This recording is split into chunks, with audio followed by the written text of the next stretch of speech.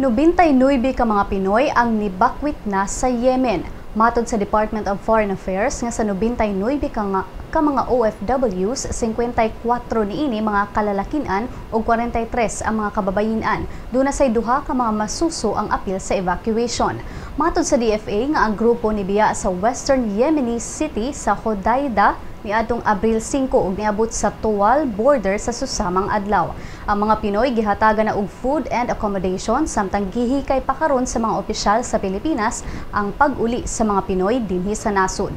Ang DFA padayong nanawagan sa mga Pilipino nga anaa pa sa Yemen nga muuli na sa Pilipinas. Giawag ang mga Pilipino sa Yemen nga mo-contact sa Crisis Management Team. Kahinumdumang usa ka coalition sa Saudi Arabia ang nagpahigayad og airstrikes batok sa mga rebelde sa Yemen.